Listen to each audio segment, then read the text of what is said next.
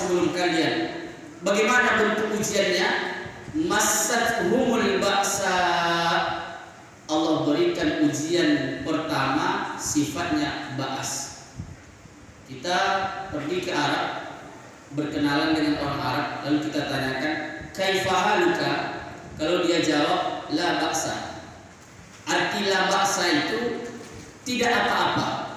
Tapi sebenarnya arti la ba'sa itu adalah saya ada sedikit masalah, sedikit penyakit, sedikit problem, tapi la ba'sa, ringan, kecil. Masalah yang sepele, masalah yang ringan, bisa diatasi. Itu arti la ba'sa. Maka sifat ujian yang pertama yang disebutkan oleh Allah, massathumul ba'sa, Allah berikan kita ujian yang sifatnya ba'as, sepele, ringan, tidak mengganggu kita, bisa kita atasi. Keluar masjid hilang sendal, berapalah harga sendal? Bisa kita beli lagi. Itu ujian yang sifatnya ba'as. Berhasil kita melawan ujian yang sifatnya ba'as, kita lewati ujian itu, wadharra, ujian yang sifatnya dur.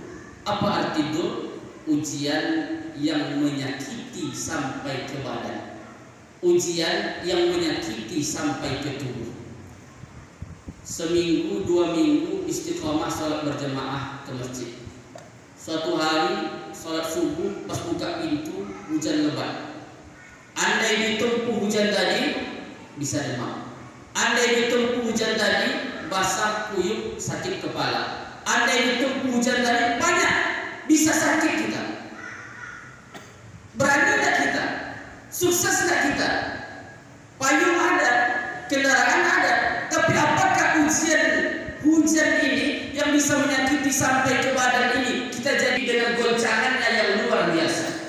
Lalu apa maksudnya ada ujian yang sifatnya gempa? Ternyata kata Allah, ujian yang terakhir atau ujian yang ketiga, wazulzilu, ada ujian itu yang sifatnya menggoncang sampai ke badan, bahkan iman kita. Meninggal anak kita, meninggal pasangan hidup kita, bangkrut usaha kita, terbakar rumah kita, habis harta kita. Ini ujian yang sifatnya wazulzilu, menggoncang sampai ke badan, bahkan iman kita. Hatta yaqula rasul walladzina amanu ma'ah, bahkan para rasul, para sahabat, para beriman bersama Nabi ketika mendapatkan ujian nomor 3 ini yang sifatnya goncangan ini, apa kata mereka? Mata nasrullah, kapan datangnya pertolongan Allah?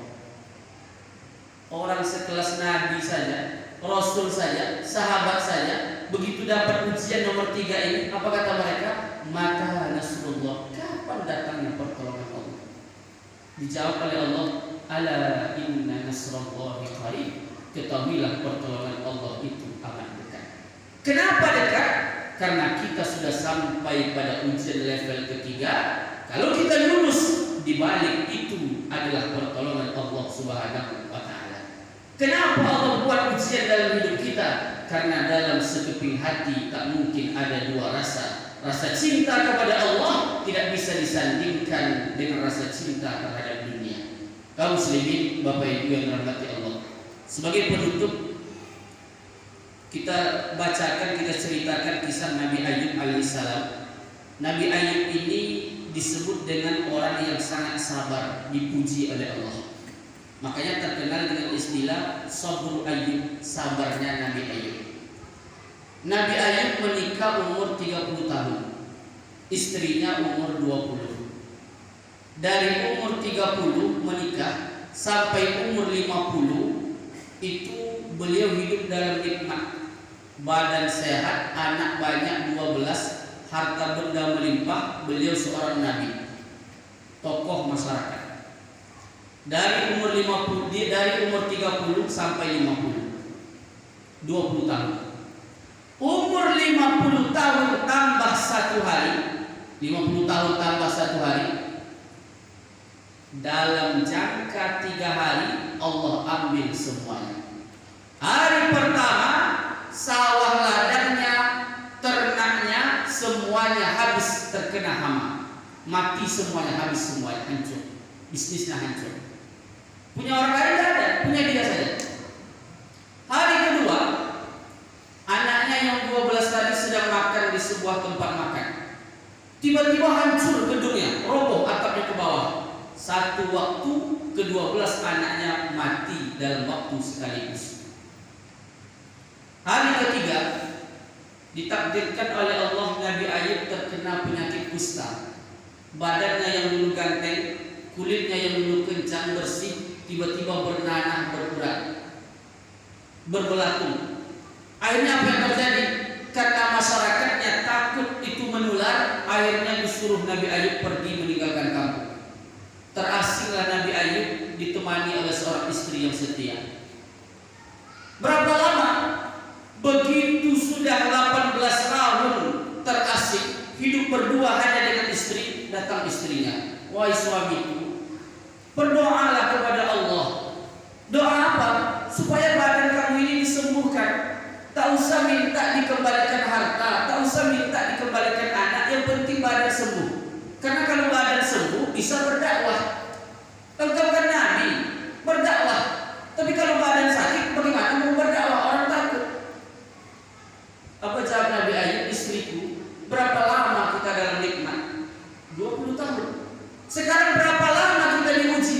Baru 18 tahun. Aku masih malu meminta kepada Allah.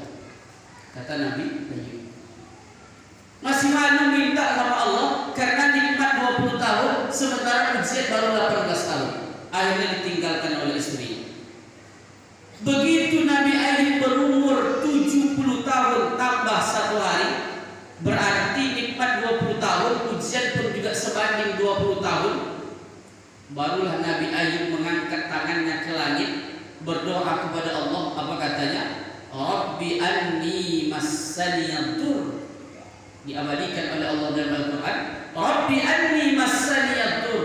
Ya Allah, aku sedang terkena ujian yang sifatnya dur, ya Allah. Tadi kita sebutkan ujian yang sifatnya dur itu level kedua, ujian yang hanya menyakiti sampai badan kita. Bayangkan punya ayat. Coba kita lihat Bapak Ibu.